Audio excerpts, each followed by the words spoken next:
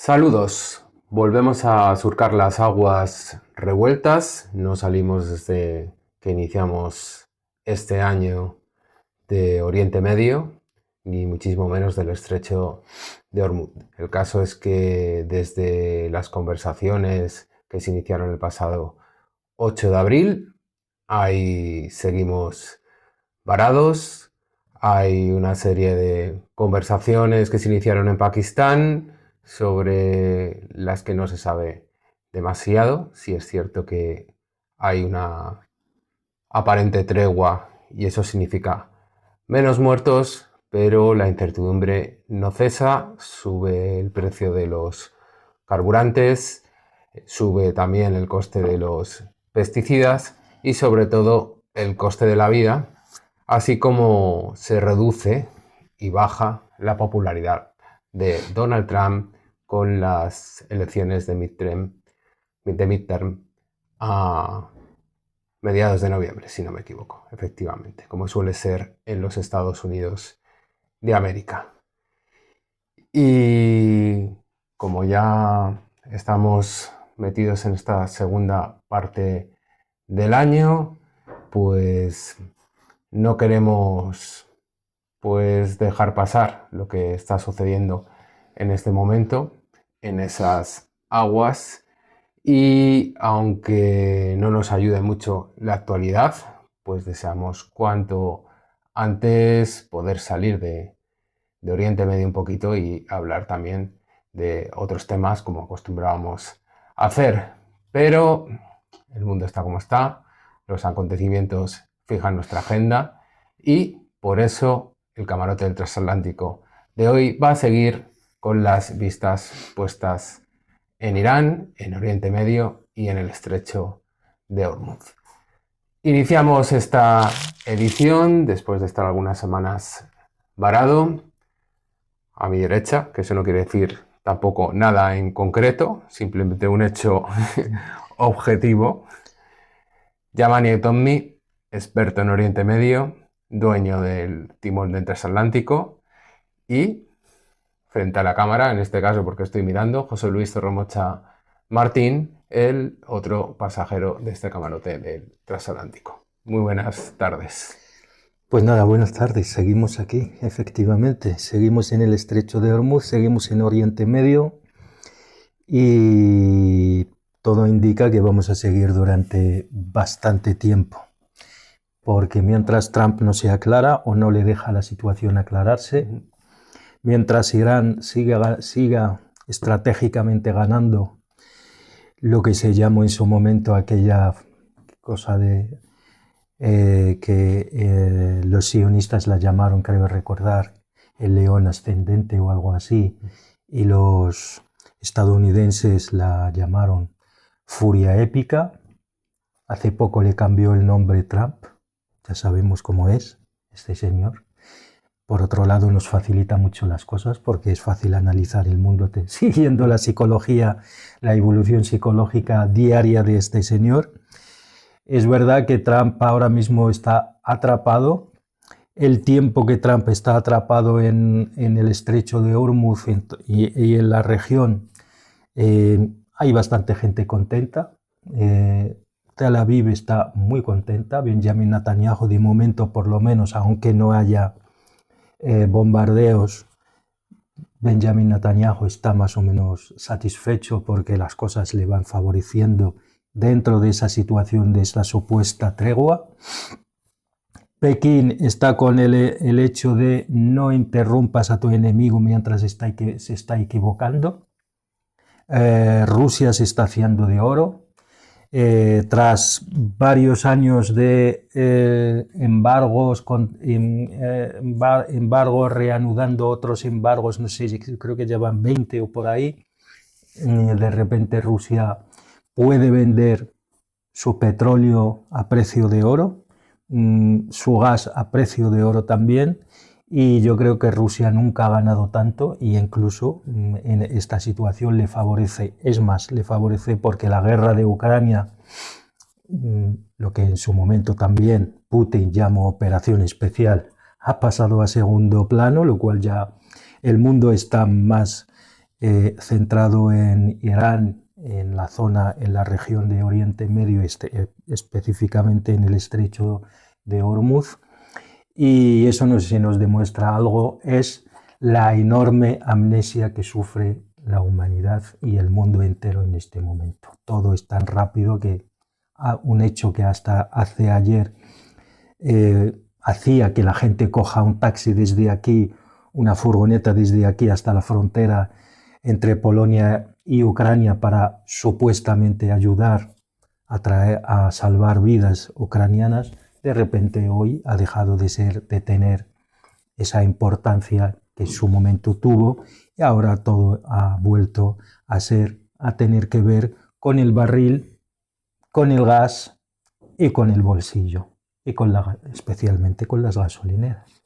Bueno, ya has hecho una síntesis bastante amplia, has englobado bastante bien la situación y lo has detallado, pero ¿en qué punto se encuentra ahora la guerra? Estamos en una tregua, eso parece, pero algunos se atreven a decir que hay conversaciones de paz. Pues seguramente la única persona del mundo actualmente que sabe dónde está, en qué punto están las negociaciones, la tregua, etc., si es que existe tal negociaciones, es el mariscal pakistaní, no me acuerdo ahora el nombre, creo que se llama Munir. Es el único hombre o persona del mundo que lo sabe. Yo me atrevo a decir, en este momento ni siquiera Trump realmente sabe en qué punto está, porque un día dice Jared y Witkoff están de camino, luego resultó que no estaban de camino a Islamabad. Dice otro día, nos dice que Irán ha mandado una oferta, una propuesta bastante buena, la vamos a estudiar, tiene cosas positivas. Enseguida dice que no tiene nada que ver y que va a hacer desaparecer Irán. Un día amenaza, otro día dice que va a abrir el estrecho de Hormuz a la fuerza, va a escoltar. Al día siguiente insulta a sus aliados porque no le están ayudando para abrir el estrecho de Hormuz precisamente. Hace apenas 2-3 días parecía que Trump había tomado la decisión de acabar con la tregua, y que todo indicaba, puesto que terminaba en los 60 días que le da la ley para poder llevar a cabo una operación militar sin consultar al Congreso, y ahora está como en una especie de stand-by, supuestamente desarrollando algo que pueda presentar o no ante el Congreso. Todo indicaba que no le interesaba tanto y por lo tanto podía empezar otra operación especial para alargar otros 60 días y tal. De momento no sabemos nada de lo que está haciendo Trump, entre otras cosas porque realmente no hay una, como diría, todos sabemos que Trump anhela, desea salir de ese atolladero en el cual le metieron los sionistas, el gobierno de Netanyahu. Pero también todo indica que no tiene ninguna estrategia de salida. Ha sabido entrar, pero no se sabe de momento cómo salir. Lleva como 12 generales dimitidos, bueno, dimitidos entre muchos paréntesis. Sí. Algunos sí y otros no. Bueno, por eso he dicho entre paréntesis, algunos habrán dimitido por la falta como diría yo, de sintonía con las decisiones de la Casa Blanca o con el propio jefe del Pentágono, Hexet. Otros les hicieron dimitir. No hace mucho dimitió el jefe de antiterrorismo y salió a decir que la operación contra Irán no tuvo nada que ver con los intereses de Estados Unidos, sino con los intereses de Israel. Se sabe a día de hoy que la entidad sionista está perdiendo enorme apoyo popular dentro de en la sociedad estadounidense. Creo que ayer o antes de ayer salió algún dato muy interesante de los jóvenes demócratas. Solo el 6% me parece que ya todavía siguen apoyando a la entidad sionista. Mucha gente ya considera, es verdad que entre los votantes, los jóvenes votantes del Partido Republicano, la cifra aumenta un poco, pero está claro que lo que en su momento dijo Ben Gurion cuando el ejército sionista atacó la Cisjordania, atacó Gaza, atacó Sinaí, atacó el Golán en Siria, en una entrevista, ya estaba jubilado, en una entrevista dijo algo así como: este es el fin del proyecto de Israel como Estado. Y se refería a que el proyecto de lo que es el Estado de Israel se construyó alrededor de una idea laica, y cuando la idea religiosa se convierte en la que vertebra el Estado israelí, ahí ya la cosa empieza a desmoronarse, porque sí o sí habrá que entrar en guerra.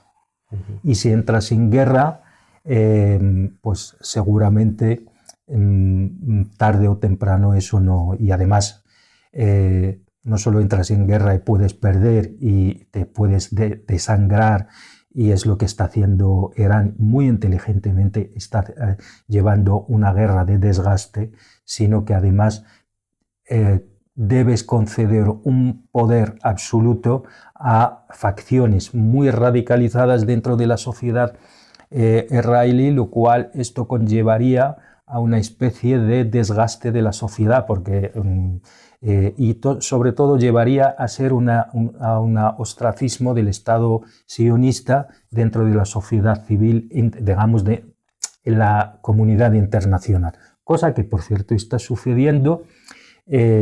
Y lo único que de momento parece ser que mientras, y por eso contaba toda esa introducción del Estado de sionista Israel, pero a la entidad sionista no le importó mucho mientras tenía el apoyo de la sociedad civil estadounidense, y sobre todo mientras Estados Unidos era el gendarme, el hegemón del mundo. Ambas cosas están decayendo. Estados Unidos está perdiendo esa hegemonía global que tenía, es verdad que todavía conserva mucho. Siempre se ha dicho que la hegemonía de Estados Unidos emana del poderío militar. Estamos empezando a ver el cambio del paradigma. Tener 11 portaaviones gigantes, portaaviones, ya no garantiza, si queréis luego volvemos sobre este tema para explicar el porqué, ya no garantiza la hegemonía militar, porque el mar como tal está perdiendo cierta capacidad, al menos en ciertas regiones, en poder controlar la tierra, digamos, porque está claro que desde el mar puedes acceder a todas partes, básicamente del globo, de la tierra, a los países. No obstante, la guerra de Irán ha demostrado que de repente el mar pierde capacidad de control sobre la tierra. Ahí ha demostrado otra cosa, que tener los aviones más avanzados, la aviación más avanzada, eso quiere decir que el aire todavía tiene control sobre la tierra y sobre la superficie y sobre el mar, pero eso con la aparición de ciertas tecnologías, claramente los drones, esto empieza a perder su capacidad y su importancia, lo cual esa capacidad que tenía Estados Unidos de desplazar una enorme capacidad destructiva con un portaaviones y su escolta ya tenía básicamente muchos países ni siquiera pueden igualar ese poderío de un solo portaaviones, incluso el más pequeño de ellos. Parece ser que con esto ya la cosa ha cambiado. La guerra de Irán está demostrando todo lo contrario, que la tierra tiene esa capacidad, y con toda tecnología muy barata, con misiles ciertamente muy avanzados, pero que se pueden fabricar en países supuestamente económicamente pequeños, y lo cual Israel se encuentra ahora mismo en una situación delicada porque el hegemón, el gendarme, el abusón que la protegía cada vez está perdiendo su capacidad, mientras que otros con otras alianzas, como China, como Rusia, eso no quiere decir que China y Rusia no vayan a tener relaciones económicas o de otra índole con la entidad israelí. Ojo, no estamos hablando de eso. Pero sí que tienen otros intereses que pueden priorizar en algún momento la protección de otros países frente a Israel, cosa que Estados Unidos siempre ha priorizado la protección de la entidad sionista Israel frente a cualquier país, hasta tal punto que hemos visto que incluso ha desprotegido aliados históricos como es Corea del Sur, como países del propio Golfo, países de los alrededores que le habían dado acceso al mar de Arabia, al mar Pérsico, al Océano Índico. De repente les desprotege para proteger a su aliado Israel. Todo esto tiene que ver con esa, lo que decías tú, también el descenso de la popularidad de Trump dentro de la propia sociedad estadounidense. Habrá que ver cómo influye eso en todo ese movimiento que se creó, que es un movimiento extremadamente ideologizado, con unas expectativas creadas, y habrá que ver cómo todo esto, toda esa amalgama, todo eso lo que he dicho, cómo reacciona el grupo MAGA, extremadamente ideologizado, frente a un presidente cada vez atrapado en una guerra, cuando en realidad hace apenas 1 año y medio, 2 años, les estaba diciendo que él iba a sacar a Estados Unidos de todas esas guerras, y que básicamente venía a hablar de una especie de autarquía, y la gente lo votó en base a esa idea. Y todo esto se ha ido, perdona la expresión, al garete, porque la entidad sionista, y eso ya está reconocido, de hecho los propios israelíes han reconocido que llevaban 4 presidentes intentando convencer a 4 presidentes para meterse en la guerra de Irán, y no les han podido convencer, y por fin parece, bueno, no parece, ya lo han hecho con Trump, y ahora a ver cómo sale. De hecho ya algunos generales se lo habían trasladado así a Trump. Ojo, en una guerra se sabe cómo se entra, pero no se sabe cómo se sale. Y Trump hizo un discurso apenas, no sé si ayer o antes de ayer, diciendo una cosa en esa dirección, diciendo: la guerra de Vietnam duró 19 años, la guerra de Irak duró no sé cuántos años, la guerra de Afganistán duró otros 20 años. ¿Qué son 2 meses? O sea, ya se está justificando, porque sabe que ha cometido un error. Cuando uno se está justificando frente a ya está abandonando ese discurso triunfal de tenemos el mejor ejército del mundo, sino está empezando a justificarse frente a otros errores del propio Estados Unidos.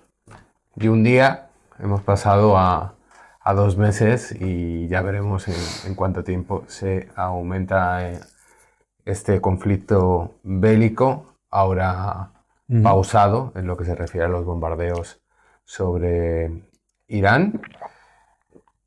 Hay unas condiciones que ponen los Estados Unidos. ¿Hasta qué punto estas condiciones, como son la voluntad de Irán de no desarrollar armamento nuclear, algo que Irán no ha estado realmente por la labor o lo ha puesto a la cabeza de su agenda nunca?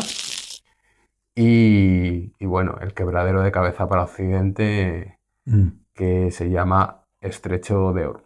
Esas 2 condiciones parece que es las que están encima de la mesa por parte de los Estados Unidos. ¿Crees que eso se puede desatascar? o que forma parte de este relato prebélico o posbélico, prebélico, para volver a bombardear Irán? No se puede descartar ningún escenario. Yo lo veo así. O sea, no podemos decir que no podemos volver otra vez a los bombardeos, a la guerra. Irán está negociando de la forma más inteligente posible, o sea, mucho más inteligente que Estados Unidos, esto está clarísimo, porque además Irán tiene una cosa a su favor, que es el tiempo. Irán está utilizando una cosa que se llama la paciencia estratégica. El pueblo iraní está acostumbrado a las crisis económicas, de hecho lleva 47 años en un embargo, lo cual están acostumbrados, han creado formas de sostener la economía, por decirlo, la microeconomía, la economía doméstica, etc. Tienen salidas que pueden servirles de válvula de escape, pues el mar de se me ha ido el nombre, a través incluso de Pakistán con China, para comerciar con China, con la India. No le afecta tanto el cierre de Hormuz, porque también puede tener otra salida al mar de Arabia, lo cual no pasa nada si el estrecho de Hormuz sigue bloqueado. El mar Caspio también está ahí, pueden comerciar de otra manera, lo cual los iraníes están utilizando el tiempo a su favor, sabiendo que quien no va a aguantar mucho tiempo es, en primer lugar, el pueblo estadounidense, y en segundo lugar los pueblos occidentales en general, pero el mundo también, porque tú lo has dicho al principio en la introducción, está el tema de los fertilizantes, está el tema no solo del petróleo. O sea, cuando pensamos en Hormuz, pensamos enseguida yo mismo lo he dicho, en las gasolineras, en el diésel, en la gasolina, los coches, etc. Pero no es solo eso. Es que ya en la prensa española está saliendo que el coste de la ropa está subiendo. Hombre, por esta crisis. Va a subir mucho y va a haber una inflación generalizada. El coste de la ropa. Claro. El coste de la ropa en Occidente no es que a nosotros nos preocupe especialmente, pero es muy importante, muy simbólico que suba el precio de las camisas, incluso de la ropa interior, cuando vas al Primark. A cada sociedad, no le hagamos publicidad, no, es broma. Cada sociedad va a lo que realmente le importa y lo que considera importante. Pues habrá otras sociedades que piensen que es el tema de la comida. De momento nosotros aquí también. Pero sí, pero la ropa no es algo que suele encarece, pero no tanto como para bueno, puedes prescindir de cosas, pero no tanto como para prescindir, para no llegar a tener un plato de comida caliente en la mesa, ¿sabes? Pues mientras otros pueden llegar. De hecho, se habla, creo que Naciones Unidas, el programa FAO de Naciones Unidas, hablaba de 40 millones de personas que pueden llegar a la hambruna, o sea, a pasar hambre, porque los fertilizantes, que no hay que olvidar que no sé qué porcentaje, un porcentaje importantísimo de los fertilizantes pasan por esa zona, lo cual es importante eso. Dicho esto, pues los iraníes están jugando con el tiempo a su favor. Trump tiene varios exámenes que sí o sí los tiene que pasar y con nota. El más inmediato es la visita a Pekín, no sé si el 14 o el 15 de este mes, a no ser que lo cambie. Ya la han prorrogado varias veces. Sí, pero la puede prorrogar, pero eso, ojo, eso también tiene su precio en el prestigio de un país, y que además ya todo el mundo sabe por qué la prorroga, por qué la cambia por qué cambia las fechas. No es puede decir lo que quiera, pero ya creo que todo el mundo sabe por qué. Y bueno, la idea de la estrategia de seguridad nacional de los Estados Unidos, que ya reconoce a China como rival, una cosa que no era un secreto para nadie, pero sobre todo la voluntad de coexistir El Consejo Científico, que por cierto yo creo que les obligaron a dimitir, el Consejo Científico son 21 científicos expertos en distintas áreas de la ciencia, han emitido o iban a emitir un informe en el cual ya reconocen que China ya ha superado tecnológicamente, técnicamente a Estados Unidos. La tecnología y el avance tecnológico chino ya ha rebasado ya a Estados Unidos. Y la reacción fue, creo que, si no me equivoco, fue obligarles a dimitir todos. Esa es la reacción de la Casa Blanca en este caso. Decía, tiene 3 exámenes, uno de ellos lo tiene ya, otro está en el tiempo, digamos, lo va acompañando, que es la capacidad del pueblo y de la sociedad de Estados Unidos para aguantar un precio de un galón de 4 euros más o menos. ¿Cuánto tiempo puede aguantar Estados Unidos una presión económica pero no Estados Unidos en abstracto, sino la sociedad estadounidense en el día a día? Y luego lo otro que tú has señalado, que son las elecciones de medio término, que yo de hecho creo que a Trump lo que menos le importa son las elecciones de midterm, porque ya hemos hablado alguna vez aquí que los presidentes de Estados Unidos en su segundo mandato la forma de gobernar cambia mucho, porque como saben que no van a repetir, no les importa mucho qué van a pensar, y posiblemente eso ayudó mucho a que Israel pudiese convencer a Trump a entrar en una guerra así. Y seguramente además le convencieron, porque él iba a llegar hace ya más de 2 meses o casi 2 meses, iba a llegar a Pekín con el control absoluto sobre Venezuela, y posiblemente lo que imaginaba, confundiendo los deseos con la realidad, con un control absoluto sobre el régimen de Teherán, o incluso con el hijo del Shah en el poder. Entonces eso sí que para él iba a ser un triunfo, y llegar además coqueteando con Putin, en plan acercamiento. De hecho, sobre Venezuela ha dado la sensación de que tanto China como Rusia han dicho, bueno, pues vale. Parecía que efectivamente China estaba, especialmente China, pero también Rusia, que estaban un poco más interesados en defender al gobierno venezolano, pero la realidad indica que no. De hecho, Rusia está mucho más interesada en seguir manteniendo algo, no sé cómo llamarlo, algo en Siria que en Venezuela. No formaba parte de sus objetivos principales estratégicos, como quería plantear Estados Unidos también. Los indicios, a no ser de Nicolás Maduro, a no ser que haya algún acuerdo debajo de la mesa, y donde Estados Unidos ha cedido en algo, pero que nosotros no lo sepamos y tal, no parece. O sea, los indicios que tenemos públicos y publicados no indican que a Rusia y a China les haya afectado mucho o les haya importado mucho la caída de Maduro. No lo parece, porque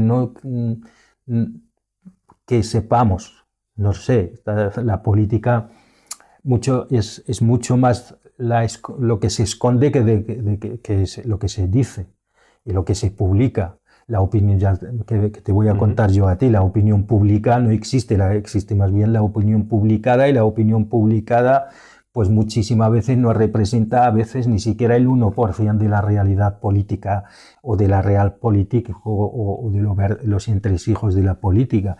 En este caso, esa realidad, o mejor dicho, ese 1%, que sepamos, no indica nada.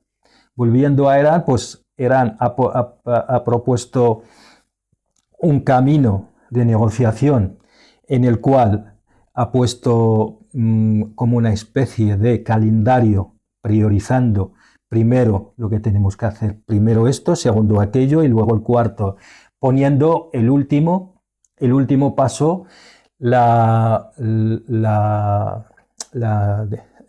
problema nuclear. Sí, sí. Curioso, porque el problema nuclear es lo menos importante para el régimen iraní. Irán nunca tuvo un problema con que renunciar a su... De hecho, cuando hubo que sacar una fatua, la sacaron sin ningún tipo de problema. La sacaron cuando acordaron con Obama en su momento, después de 2 años de negociación extremadamente delicadas y complicadas, muy técnicas, llegaron a un acuerdo. Y lo que pretende Irán ahora son cosas que van mucho más allá de esto. El primero, lo más importante para Irán, no vais a volver a bombardearme nunca más. Y antes de terminar esto, que encima voy ganando, quiero garantías serias de que si termino con esta guerra, no vais a volver a por mí dentro de X tiempo. También ha pasado un hecho que habría que hablar de ello, ¿no? Y te quería preguntar, que esta semana ha atacado Irán a Emiratos Árabes Unidos. ¿Qué crees que simboliza dicho ataque? ¿Es algo más que un símbolo? Bueno, yo creo que sí que entra dentro de esa simbología de ojo lo que hacéis. Es como un aviso a navegantes. Atacado, en realidad lo más importante es atacar a un destructor. Irán atacó a un destructor que estaba intentando acceder al estrecho de Hormuz y parece ser que sí que le ha dado de lleno. Es verdad que no ha sido un golpe como para hundirlo, y con misiles parece ser extremadamente avanzados, misiles de crucero muy avanzados. Yo creo sinceramente que el ataque además no ha sido un ataque de grandes dimensiones, ha sido con varios drones. Simplemente yo avisando. ¿Y dónde voy a atacar realmente? Pero Yamani, en estas conversaciones que están teniendo, Estados Unidos no ha sacado una reacción contundente contra un hecho de guerra. La narrativa va por el estrecho de Hormuz, sí, y lo nuclear. Bueno, primero la narrativa va por el estrecho de Hormuz, el propio discurso, y por eso yo antes decía que Irán está siendo muy inteligente, extremadamente inteligente diría yo. En primer lugar, el marco lo establece Irán, porque antes de la guerra el problema de Hormuz no existía, y además Irán no podía reivindicar el control sobre Hormuz. No solo el ataque de la entidad sionista y Estados Unidos es quien creó el problema de Hormuz, y además le dio la oportunidad a Irán para controlarlo, porque Irán antes, si llega a controlarlo de la manera que sea, seguramente el mundo entero se hubiese rebelado contra él, incluida China. Sí, de hecho, es a lo que quería ir. Se planteaba constantemente que no se van a enfrentar a China ni le van a crear un gran problema a China. Claro. O sea, a China no le han creado un gran problema. No, China no le han creado, pero efectivamente le han dado la oportunidad de decir, bueno, pues eso son mis aguas territoriales y yo tengo el derecho como todo el mundo, y eso, abro un paréntesis. ¿Te das cuenta que todos los estrechos están entredichos, están de algún modo, están en una situación complicada, incluido el de Panamá? Lo primero, la primera gran decisión de Trump, ¿cuál fue? El estrecho de Panamá.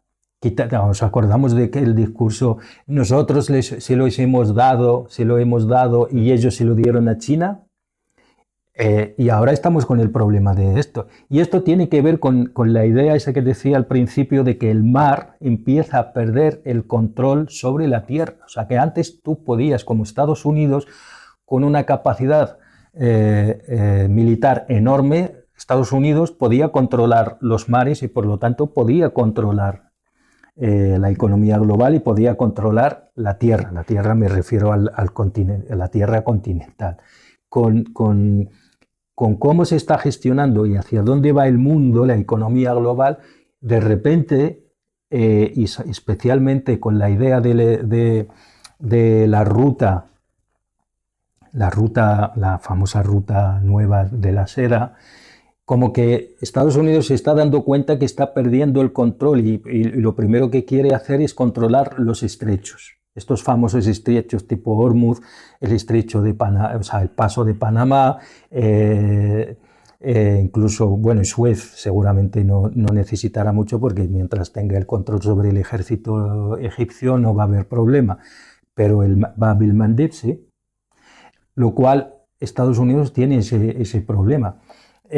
Ahora que con el estrecho de Hormuz Irán lo que está diciendo, vale, esto es mis aguas territoriales, tengo derecho a controlarlo como hacen todo lo demás con sus aguas territoriales, y si hay algún problema lo puedo gestionar con mis vecinos o con los que comparto frontera, que es Omán. Y también Pakistán, ojo, que Pakistán también tiene algo que ver ahí. Y por eso la visita, tras el fracaso de la primera ronda de las negociaciones, que estuvo ahí el vicepresidente Vance,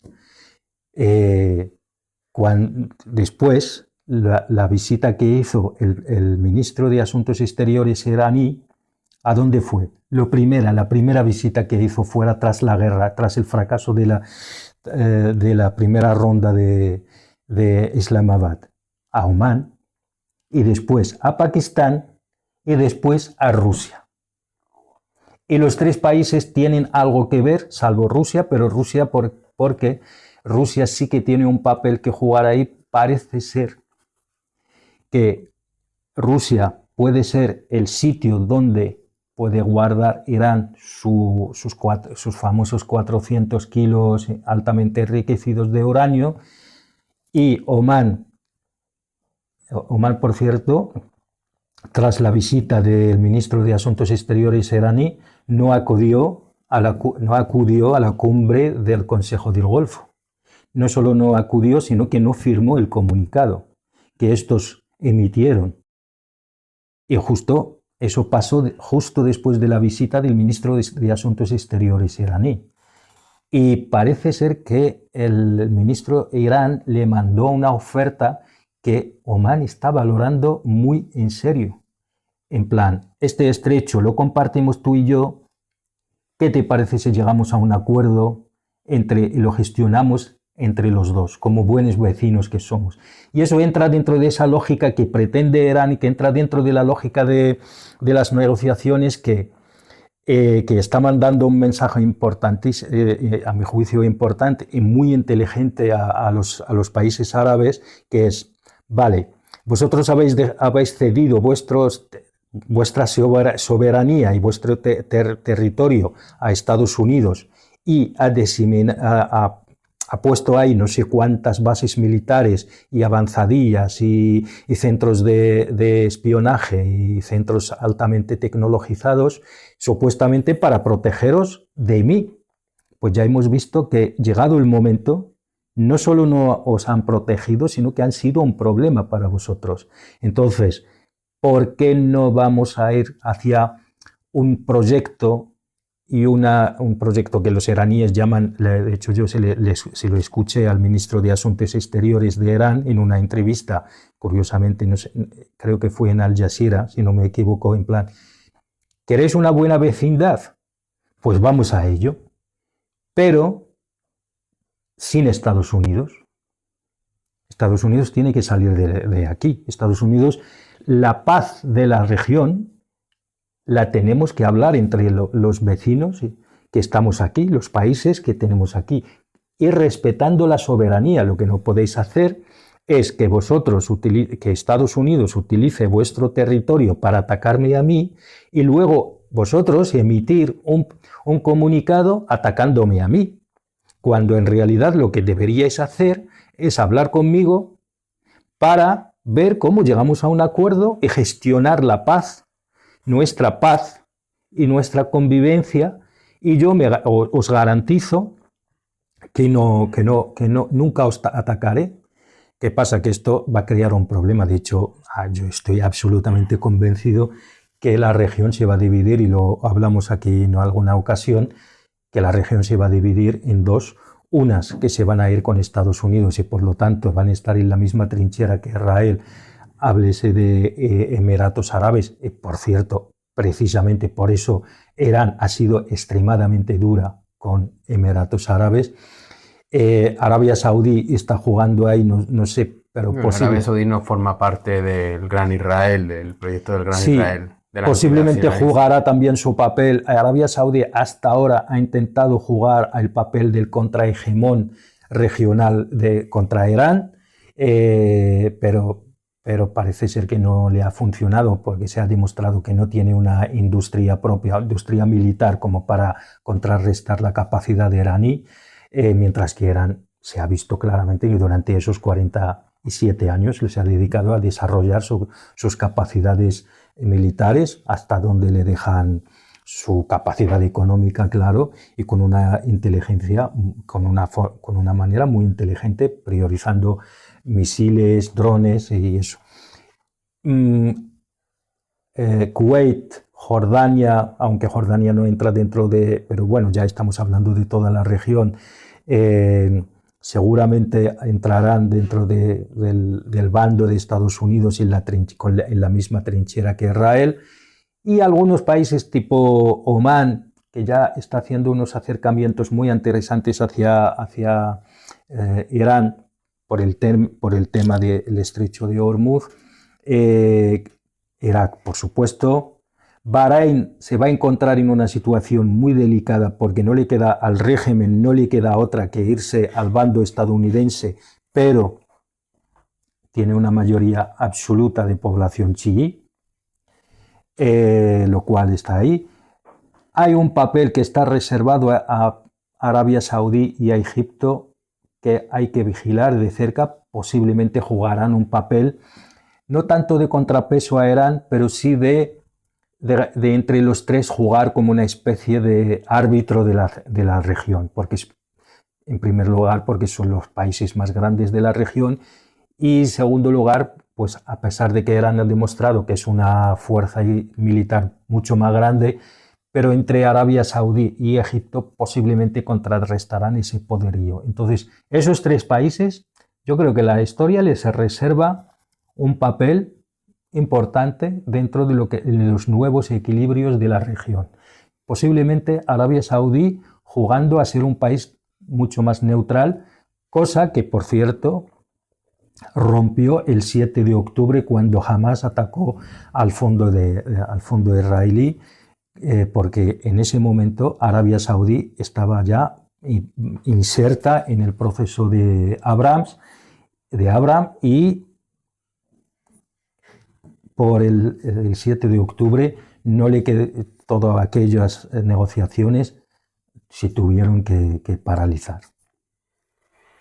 Bueno, pues esperemos salir del estrecho de Hormuz y salir un ratito de Oriente Medio. Lo vemos complicado, de momento pues siguen en conversaciones, sigue la tregua. ¿Cuándo crees, Yamani, que se van a reanudar los ataques, se va a finalizar la tregua? ¿Le das pues alguna credibilidad, algún fondo a estas conversaciones ya para terminar? ¿Cuál es tu valoración al respecto para echar el cierre?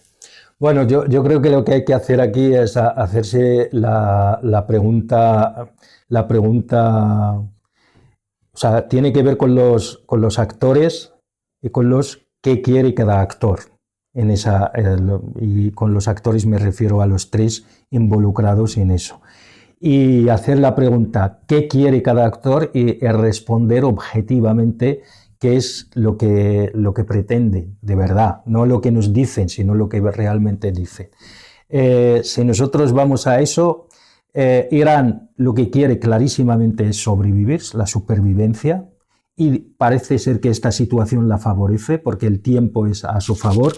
Irán, quieramos o no, también sufre mucho cuando la bombardean. Es verdad que aguanta, pero sufre, porque es imposible. Te estamos hablando de el mayor ejército, el más avanzado del mundo te está atacando, entonces sufres en términos de infraestructura, de vidas y tal. Y eso Irán lo puede aguantar, pero no sé cuánto tiempo lo puede aguantar. Todo indica que lo puede aguantar mucho tiempo pueden ser 3, 4, 5 meses, pero objetivamente no creo que aguante mucho tiempo si la atacan día y noche.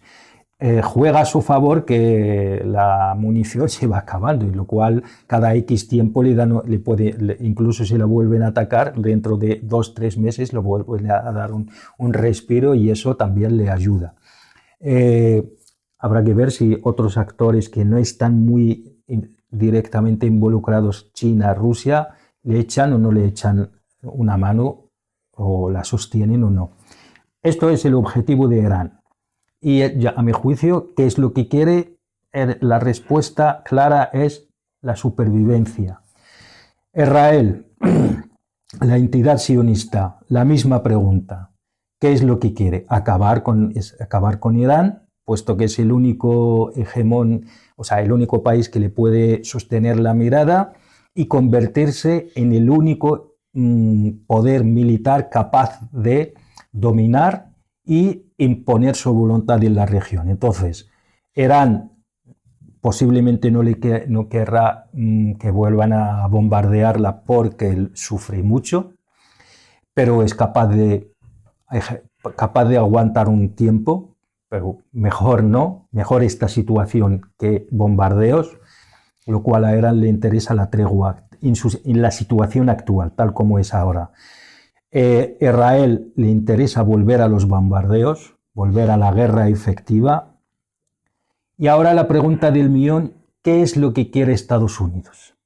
Y a mi juicio ahí está el quid de la cuestión, porque cuando hacemos esa pregunta no podemos responderla claramente como hemos hecho con Irán o con la entidad sionista de Israel, porque no sabemos si Estados Unidos le interesa realmente seguir en esa tregua, o incluso llegar a un acuerdo de paz, o como llamémoslo como queramos, o le interesa volver a la guerra, a los bombardeos, pero hay unas circunstancias internas adscritas al propio sistema político estadounidense que a Trump no le permiten hacer todo lo que pretende o todo lo que quiere, lo cual Estados Unidos, primero como presidente, segundo como sistema político, tercero como sociedad civil, o como lo queramos llamar, es muy difícil dar una respuesta clara como lo hemos hecho con los primeros dos actores. Entonces, y como es el actor más importante en esa contienda, más influyente, porque todo depende, porque Estados Unidos le dice a Israel: no bombardees Teherán, y tiene que parar. Es verdad que sigue con el tema del Líbano en el sur, aunque luego le presiona más y para con matices, pero para los bombardeos. Entonces, a mi juicio, ahí está el problema. Mientras no sepamos realmente lo que pretende Estados Unidos, no podemos responder a la pregunta: ¿qué va a pasar? ¿Va a haber tregua? ¿Va a haber vuelta otra vez a la guerra? Eso dependerá, a mi juicio, de si Trump es capaz de llevar una ley al Congreso de vuelta a la guerra, a los bombardeos, y el Congreso le da el visto bueno, le da luz verde. Entonces, ahí sí que podemos por fin responder a esa pregunta: ¿qué es lo que quiere el actor principal en esa contienda junto con Irán? Claro. Y ahí ya, en su momento, ya podemos decir: bueno, pues ya sabemos, ¿hay tregua o hay guerra? Pero de momento, lamento no poder responder a eso. Casi nadie tiene la respuesta. Por nuestra parte seguiremos analizando. Muchas gracias, Yamani El Tommy, dueño del timón y experto. Les acompañó también José Luis Torremocha Martín. Y ya saben, síganos en transatlántico.org. Que pasen una feliz semana. Hasta la próxima.